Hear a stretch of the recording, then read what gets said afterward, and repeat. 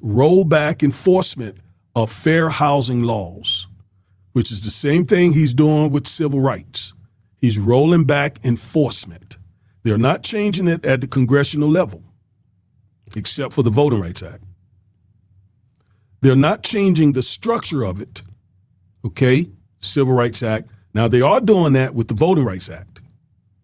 All right, so the Supreme Court is reinterpreting it and gutting it. All right, but this is just simply not enforcing the Civil Rights Act where black people are concerned and the Fair Housing Act, just not enforcing it, putting people over the agencies who will not enforce the provisions of the Fair Housing Act. So that's what is happening, according to several whistleblowers at HUD. All right, this goes on to say interviews and internal documents show that signature civil rights protections in housing are being dismissed as ideologically driven and DEI in disguise. So, despite what the Fair Housing Act says should be occurring in housing, the Trump administration, specifically Scott Turner, who's over HUD, and there's a black guy who helps him as well, are not enforcing those provisions. So that gives way to what? Redlining. That gives way to unfair appraisals.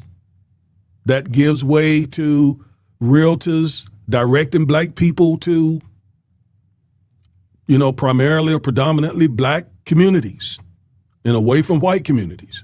That could give way to restrictive covenants, all sorts of things if people know that HUD is not going to enforce the provisions of the Fair Housing Act.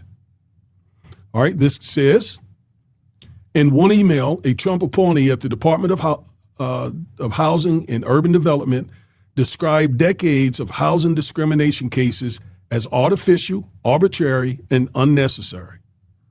So the Trump administration are saying that these housing discrimination cases, they're artificial, they're not real, they're arbitrary, just it's not based on much of anything, and they're unnecessary. And another, a career supervisor in the department's Office of Fair Housing and Equal Opportunity, objected to lawyers being reassigned to other offices. The supervisor was fired 6 days later for insubordination. So this lawyer said, we don't need to reassign these lawyers who handle these housing discrimination cases. We need to keep them here. That lawyer was fired. In a third, the office's director of enforcement warned that Trump appointees were using gag orders and intimidation to block discrimination cases from moving forward. The urgent message was sent to a U.S. senator who is referring it to the department's acting inspector general for reinvestigation. Now, you see the three men down on the bottom. Scott Turner, Senator Ed Brooke, and Gibbs. His last name is Gibbs. He also works at HUD. Now, why is Ed Brooke? Why do I have Ed Brooke in that photo? Because Ed Brooke was a black Republican, and he was instrumental in getting the Fair Housing Act done. He worked with LBJ to get the Fair Housing Act enacted. You see, black Republicans back in that day, they fought for civil rights. They fought for the Fair Housing Act. They fought for voting rights. They're not like black Republicans today who fight against civil rights, fight against the Fair Housing Act, fight against the Voting Rights Act, Clarence Thomas to be exact. Tired of having to stream in 720p in StreamYard or having to pay more to get 1080p quality? We got you. Start using EVMux, which is a web-based. So that black man, Senator Edward Brooke, he fought for the Fair Housing Act, and now today you got two black men who are not enforcing it because Trump says it's DEI. God help us.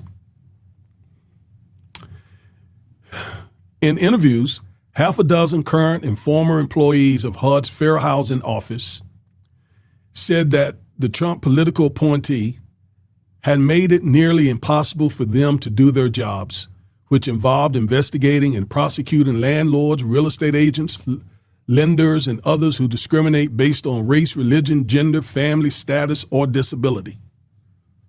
That is awful. Do you remember Navy Federal, I think it was last year, was accused of discriminating against blacks in mortgage applications? Well, there's no incentive now for Navy Federal and other lenders and appraisers and all of them to do the right thing, because the Trump administration is using two black men to basically say, go for it. Go for the racism. Go for the discrimination. Now, as I said earlier, I don't know that these two men are suffering from internalized racism, but I know that is the case with a whole lot of black people. They have internalized the racism of white supremacists, and subconsciously, I would say. And now that is manifesting as showing extreme deference and loyalty even to white people who are trying to hurt us. That's where we are. We've been there, but we're seeing it now in a blatant fashion. I mean, a blatant fashion. Several lawyers said they had been blocked from communicating with clients without approval from a Trump appointee and had been barred from citing some past housing civil rights cases when researching legal precedent for possible new prosecutions. One internal memo from a top Trump appointee in the office said that archival documents that were contrary to administration policy would be removed or replaced, and that tenuous theories of discrimination would no longer be pursued. If you're not enforcing the Fair Housing Act, then it's just another dead law, said one of the career lawyers in the office, Palmer Heenan, who has been told without explanation that he will be reassigned next month. So he's right. Absolutely right. If you're not enforcing the Fair Housing Act, you have essentially gutted it. 65%, the staff reduction at HUD's Fair Housing Office. Some of the internal documents frame the changes as efficiency measures, and the resulting cuts to the office have been drastic. When the so-called Department of Government Efficiency initiated its cost-cutting spree, federal offices lost, on average, about 10% of their employees. Within the Office of Fair Housing, the reduction was 65%. There were 31 employees in January. Once mandatory transfers go through next month, there will be 11. So you can't enforce what you don't have employees to do. This is shameful. The Fair Housing Act, Lyndon Johnson signed it into law about a week after Dr. King was assassinated. So it was kind of done in his name. And now you got black men who won't enforce it. Last week, John Gibbs, that's the other black man that you saw down in that photo. Last week, John Gibbs, the Trump-appointed Principal Deputy Assistant Secretary for Fair Housing, sent 2 memos detailing how future enforcement efforts will proceed. In previous administrations, he wrote, Fair housing offices leverage the Fair Housing Act against mortgage providers, appraisers, and others in an ideological matter, but that will now change. So appraisers can discriminate now. And that's really bad, because if your house is worth $500,000 and you're trying to sell it, and the appraiser comes in and appraises it at $400,000, you just lost $100,000 of wealth. And that is pretty commonplace in the mortgage and real estate industry. And Biden put in place ways to stop that.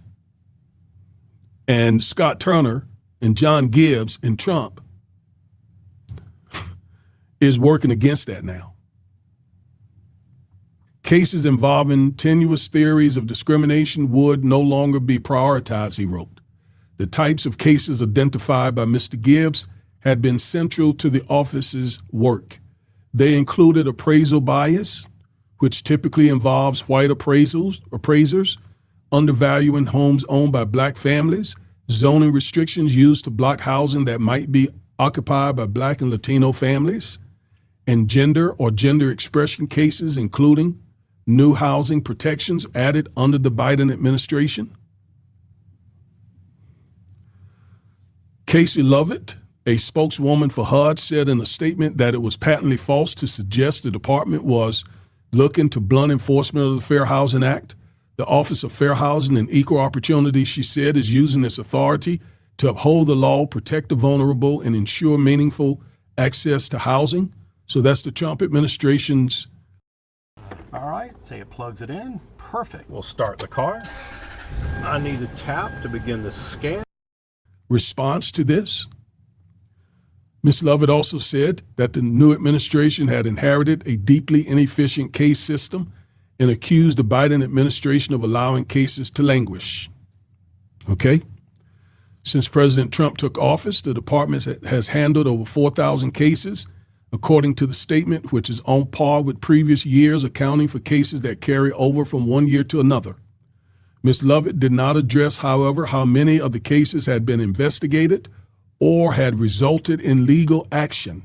In other words, of those 4,000 cases, how many were just dismissed, just overlooked, based on what Mr. Gibbs called tenuous facts. Lawyers in the office contend that cases often take longer than expected because of the complexity and insufficient resources. Before the cuts, the office had 22 lawyers working on fair housing cases, fielding around 2,000 new complaints a year. Local fair housing nonprofits receive around 32,000 additional inquiries each year. 32,000. Charges of discrimination are also sharply down. When investigators find evidence of a crime, they issue a formal document that requires the accused to appear before a judge. On an average year, HUD issues 35 charges. Since the beginning of the Trump administration, there have been 4, according to lawyers in the office. Now, I want to get to, this is John Gibbs. We saw him just a moment ago. There's so much more here, but I want you to see this gentleman. He is a civil rights lawyer who worked at HUD, and he was fired last week. He was escorted out of the building. And he is one of the whistleblowers. He is one of the people who said HUD is not enforcing fair housing cases. All right? So sadly and unfortunately, there are black men who not only helped Trump get elected, but are now inside the government, harming the very legislation that enabled those black men and others to become homeowners in the first place. And millions of other blacks, because we couldn't become homeowners in a fair way before the Fair Housing Act, because they redlined us, right? They wouldn't loan money to people who lived in certain zip codes. They wouldn't give money to people in those zip codes to remodel their houses, refinance their houses, to rebuild their houses. And they couldn't go to the white neighborhoods because, again, they had those restrictive covenants, which basically had written in deeds, you cannot sell this house to a black person. And that dramatically affected our ability to build and create wealth. And here we are again, right back, not because we don't have the law in the books, but because we have a president who is anti-black, and he has several black sycophants who are doing his bidding. Now, whether they suffer from internalized racism, I don't know. Okay? And these are alleged facts. They've not been litigated. So I don't know if the allegations are true. I'm just telling you what's being reported. But if it is true, if those facts are true, it is shameful, especially that black men are making it happen. It is shameful. I did a video not long ago on a rule called the AFFH rule. The Affirmative Furthering of Fair Housing is what it stands for. A rule that Obama put in place. And I told you in a Project 2025 video that the Trump administration would gut that rule. And they did that early on when Scott Turner was put in office.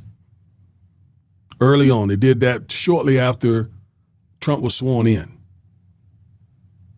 All right, and here are other ways that they are now,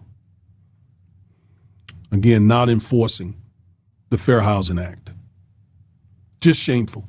I had to bring you this story. There's so much going on, so much happening around the country, so much. But I'm going to keep bringing what's happening that affects us as African Americans, because much of this is targeted to us.